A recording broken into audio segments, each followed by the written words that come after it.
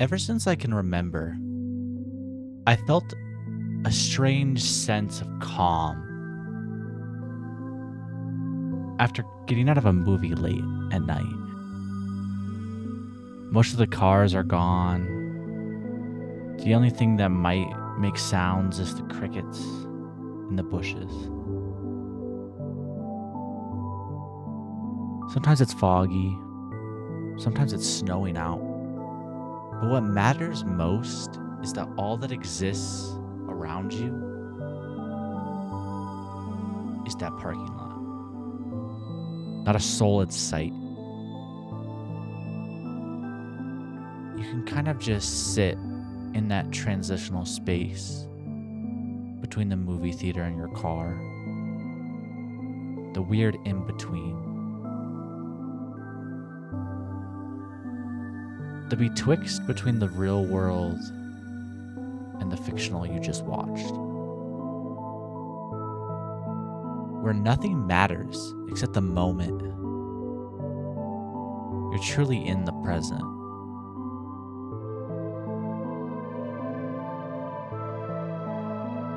Hotel hallways also give that same feeling. And I'm not talking about the cozy Marriott hotels.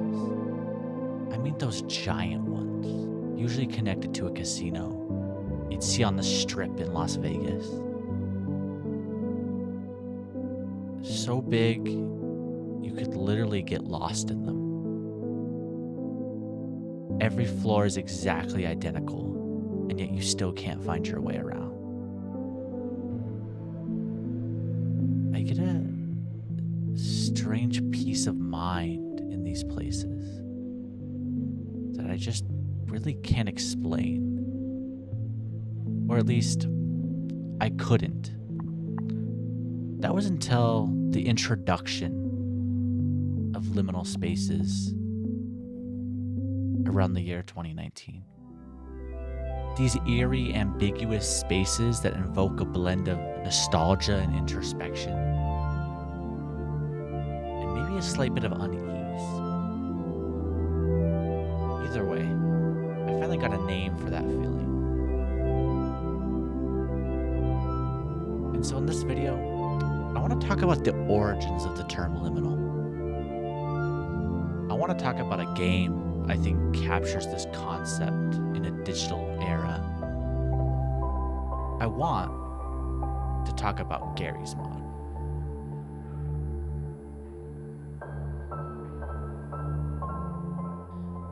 Anthropology, specifically by the anthropologist Arnold van Gennep. He writes about religion and its rituals in his 1909 essay. He breaks them down into 3 stages. The preliminary. What he states is, a separation from the previous state may be marked by such symbolic means as the wholesale departure of villages in the nearby hills or forests, or by them closing themselves behind their door. He talks about the second stage, liminality. Such events as an exchange of gifts or an offer of food by the inhabitants or the provision of lodging. He talks about the final stage, post-liminality. The ceremonies end by rites of incorporation as enacted through a formal entrance, a common meal or exchange of handshakes. This, of course, doesn't work outside the concept of religious rituals, and it isn't really what we're talking about when we say liminal space in the year 2024. It's not about an eerie feeling you get from places that seem disconnected from reality. It's not the back rooms. It's not the slight hum of the lights as you walk through an endless maze, wondering if maybe there is a monster with you. No, it's deeply anthropological in nature. It wasn't until years later, when another anthropologist, Victor Turner, wrote his own paper titled The Ritual Processes, that the term liminal was generalized to mean more than what Arnold originally wrote in 1909.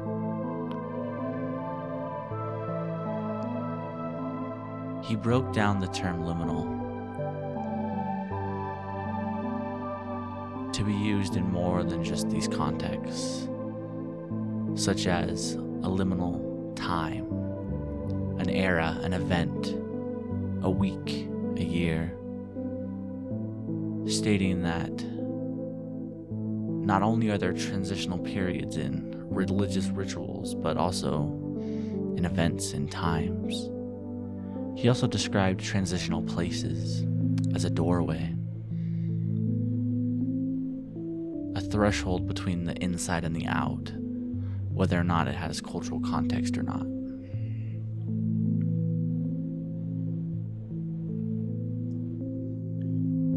He attempts to free his own thought and the thoughts of others in his field from a groove dependence on structure as the sole sociological dimension. While it still doesn't quite get us to the modern definition of liminal, it gets us close. It wasn't really until Bjorn Thomason wrote The Uses and Means of Liminality in 2008 that liminality finally broke from the anthropological roots it was trapped in. He recontextualizes the ideas of Victor and Arnold in a way that generalizes the term for other uses, fields, and concepts.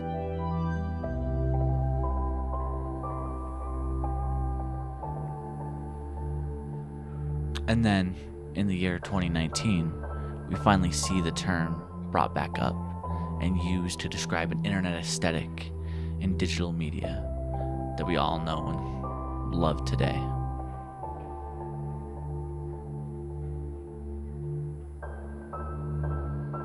Where the term liminal spaces has found a new life online, have been using it to capture those eerie in-between places. Empty offices, abandoned schools, deserted malls. Spaces that feel both familiar and unsettling. In the world of gaming, the Source engine stands out as one of the most effective platforms for digital liminality, especially exemplified in Garry's mod, where its sandbox environment allows players to create entire worlds, and within them, those eerie non-spaces that feel like traps set specifically for the imagination.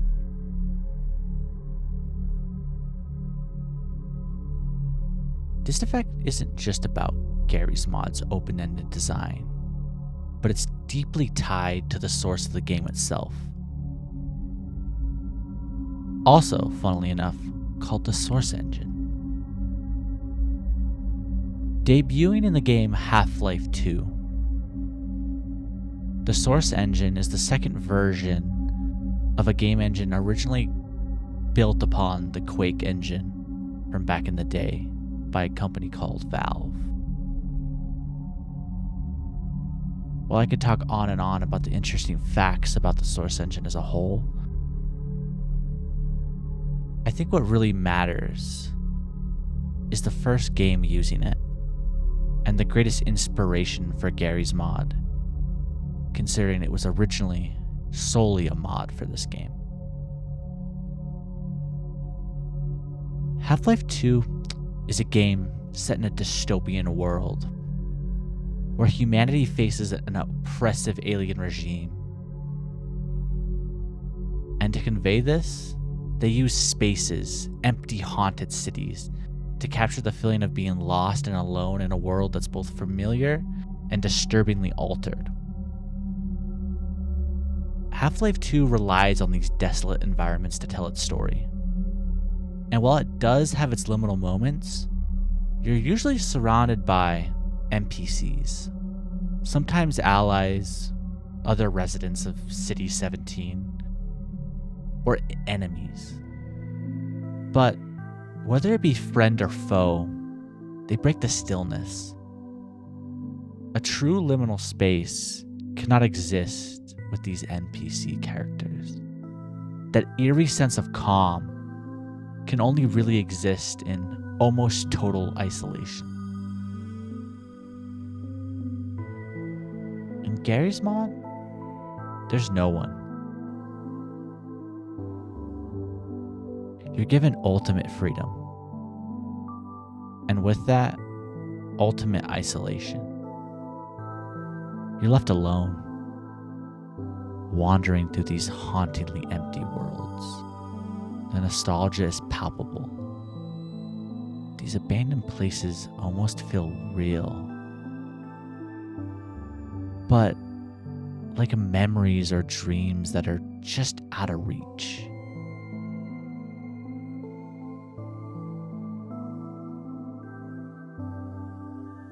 And that's why Garry's mod resonates so deeply with liminality. It's a blend of nostalgia, fear, and the strange comfort of existing alone in a place outside reality.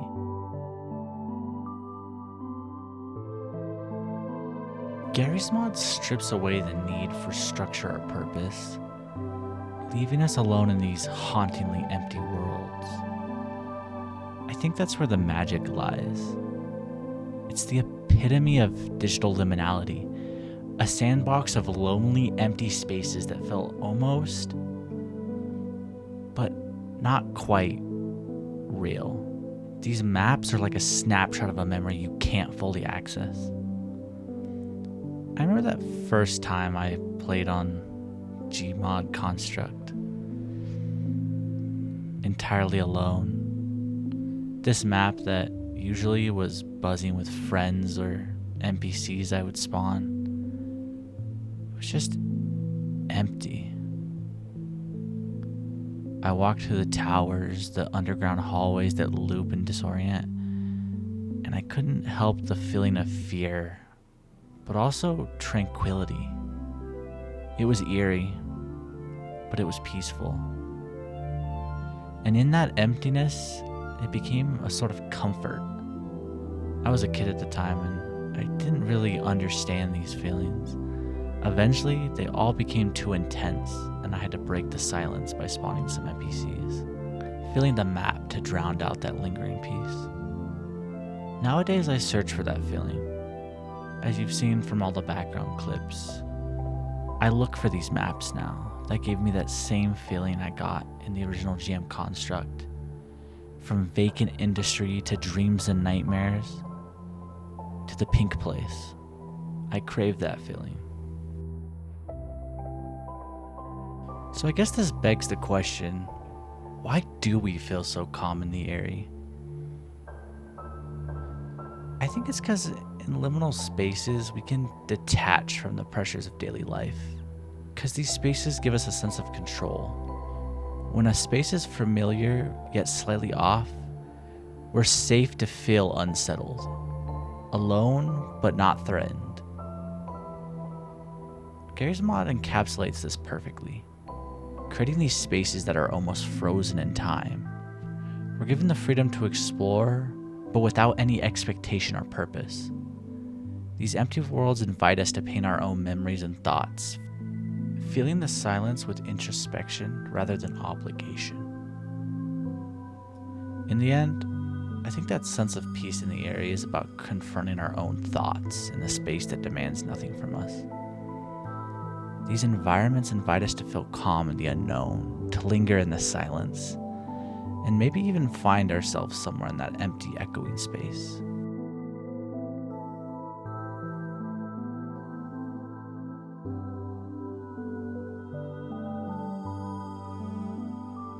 Thanks for watching this far, and if you've ever felt this same sense of eerie calm, let me know down below. Let's explore these peaceful, eerie places together and reflect on what it truly means to feel at home in the strange.